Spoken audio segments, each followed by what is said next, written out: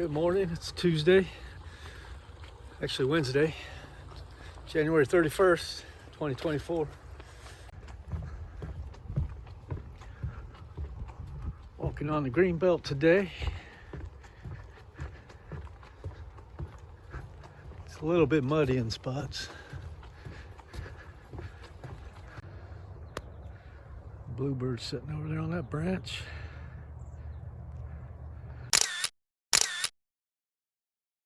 There's a woodpecker over there hopping somewhere I just saw. There he is.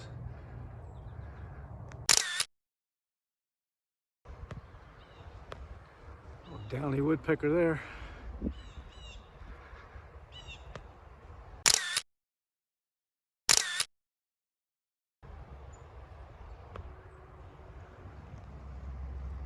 See a lot of little birds up this way.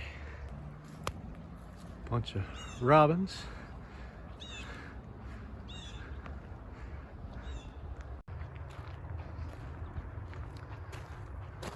Bunch of robins over here on the ground. Saw a cardinal just there. It is in those bushes there.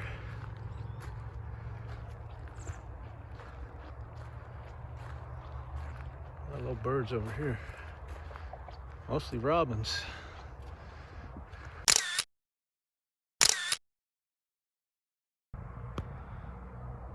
Up in that tree you got a bunch of birds. I think those are those European starlings.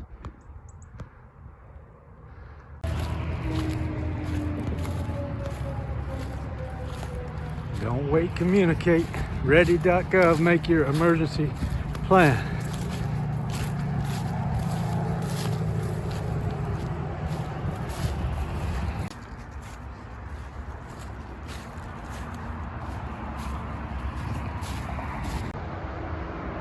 Champion GMC Hummer pickup. About that stick there in the river there in the creek. I thought that was a gray blue heron there for a minute. Kind of cool out here today. 44 degrees, damp, a little windy.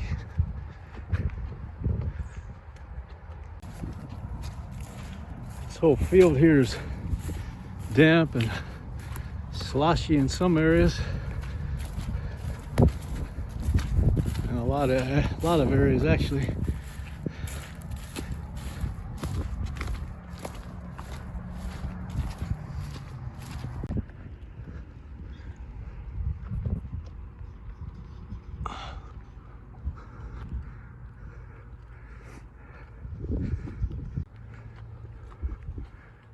Back down to the greenbelt. There's Rogers.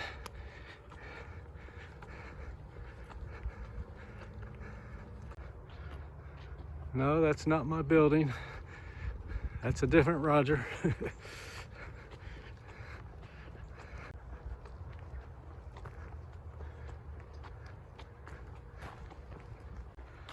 See what this sign says here. Might have to turn your TV upside down and your phone upside down. No trespassing or disturbance allowed. Oh, it's protected wetlands. U.S. Army Corps of Engineers.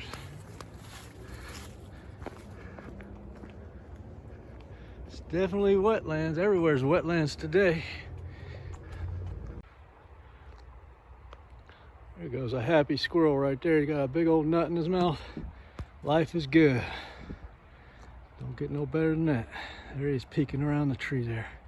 A big old nut in his mouth. Hello, squirrel.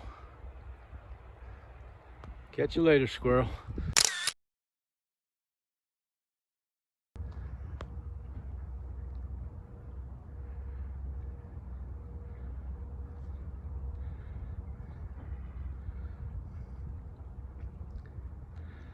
Ducks are having a good day.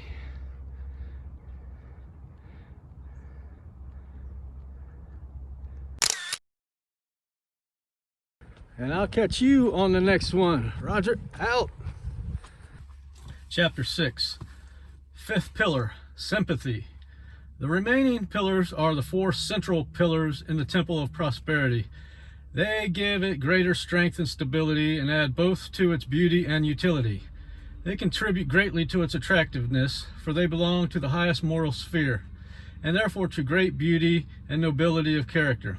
They indeed make a man great and place him among the comparatively few whose minds are rare and that shine apart in sparkling purity and bright intelligence. Sympathy should not be confounded with that maudlin and superficial sentiment which, like a pretty flower without root, presently perishes and leaves behind neither seed nor fruit. To fall into hysterical some suffering abroad is not sympathy.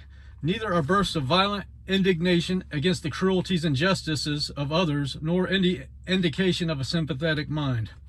If one is cruel at home, if he badgers his wife, or beats his children, or abuses his servants, or stabs his neighbors with shafts of bitter sarcasm, what hypocrisy is in his profession of love for suffering people who are outside the immediate range of his influence? What shallow sentiment informs his bursts of indignation against the injustice and hard-heartedness in the world around him? Says Emerson of such, "Go, love thy infant, love thy woodchopper, be good-natured and modest, have that grace, and never varnish your hard, uncharitable ambition with this incredible tenderness for black folk 1,000 miles off. They love afar is spite at home. The test of a man is in his immediate acts and not in ultra sentiments. And if those acts are consistently informed with selfishness and bitterness, if those at home hear his steps with dread and feel a joyful relief on his departure, how empty are his expressions of sympathy for the suffering or downtrodden, how futile his membership of a philanthropic society. Though the well of sympathy may feed the spring of tears, that spring more often draws its supply from the dark pool of selfishness, for when selfishness is thwarted, it spends itself in tears. Sympathy is a deep, silent, inexpressible tenderness which is shown in a consistently self-forgetful, gentle character.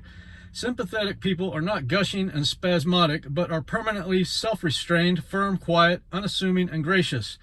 Their undisturbed demeanor, where the suffering of others is concerned, is frequently mistaken for indifference by shallow minds, but the sympathetic and discerning eye recognizes, in their quiet strength and their swiftness to aid while others are sweeping and wringing their hands, the deepest, soundest sympathy.